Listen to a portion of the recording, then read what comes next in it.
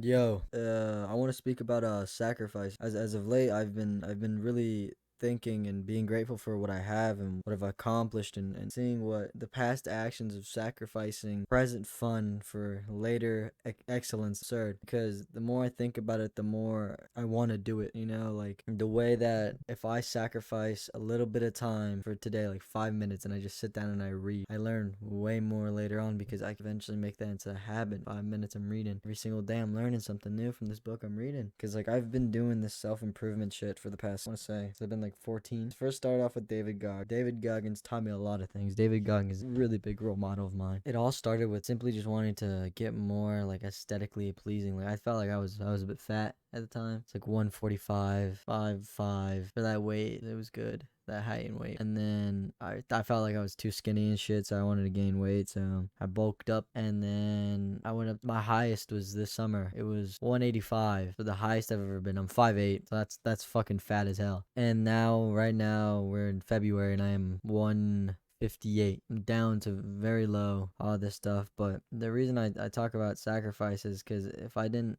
make changes back then, I wouldn't be where I am now. Like, start off with just, like I said, I wanted to get buffer. Like, I wanted to get bigger, so I started doing 100 push-ups every day. And then 100 push-ups became, I was running a mile every day and 100 push-ups. And then I added dips to it. And then I added squats. And then I added a plank, and then it started building and building and building. I did that shit for 9 months, and like I could run for ages. I was sacrificing my shit past, because before that I felt dead. I didn't feel like I had a purpose. I didn't feel like I had no reason to live. I felt like all this was meaningless, and eventually I'm just gonna die. But then I watched Goggins, and Goggins' videos really spoke to me in the way where he said, "No one is coming to help you. If I didn't make the change of stop being a fat fuck sitting there eating Dunkin' Donut Krispy Kreme with a milkshake from 7-Eleven, spraying for cockroaches at 300 pounds. If I didn't make any sacrifices in that moment, I would still be that fat man." And it stuck to me because like I was like, no one's really gonna help me with this shit. I eventually got to do it myself. So I like wrote out my goals and shit, and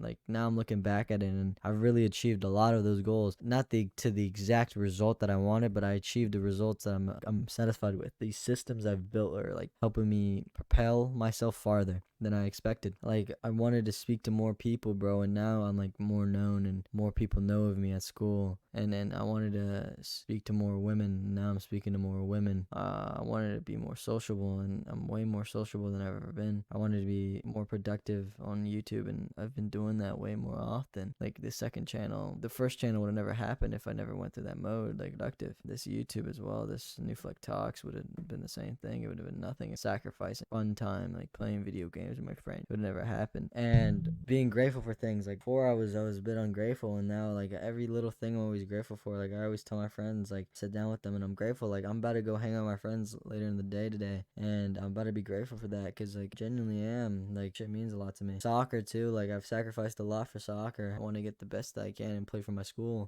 School as well. I'm sacrificing a lot of things just so I can have high grades, be able to play soccer for my school. YouTube, I'm sacrificing the fun time right now and putting effort into YouTube channel. Reading, I'm putting time into reading. I'm sacrificing time into reading. Working out, I'm sacrificing time to stay in shape. A lot of things just depend on you sacrificing, and you won't really make change if you don't make sacrifice. Sure, you'll lose a couple things, but losing two bad things and getting one good thing is better than losing one good thing for two bad things. I think that's how I see, I might be just blabbering at my ass, but genuinely, like the way I see it now is like sacrifice that I've made really prepared me for the future that I want. And that's why I think I'm gonna keep making them and keep chasing down challenges, chasing down adversity, face it head on instead of being a pussy that I used to be. Because genuinely, like satisfied where I'm at, I want more. Obviously, the fridge is never full. People that watch this, I hope that you make sacrifices as well and take risks for you to be better than you are today. Because in a couple months, that shit could pay off heavily. That's what's happened to me now. I didn't want to take pictures before, and now I'm taking so many pictures of myself, telling my parents I'm grateful for them, when I used to always just tell them to fuck off. It takes one small step, but eventually that step becomes normalized, and the step pays off. Just putting my time and effort into things I value. Like I'm putting in time to look good, be mentally well. Like I made sacrifices of my money, and I've bought fragrances. I made sacrifices to buy clothes to look good. I've bought things to like I've bought I've gotten a haircut. I bought a haircut because I need to look good.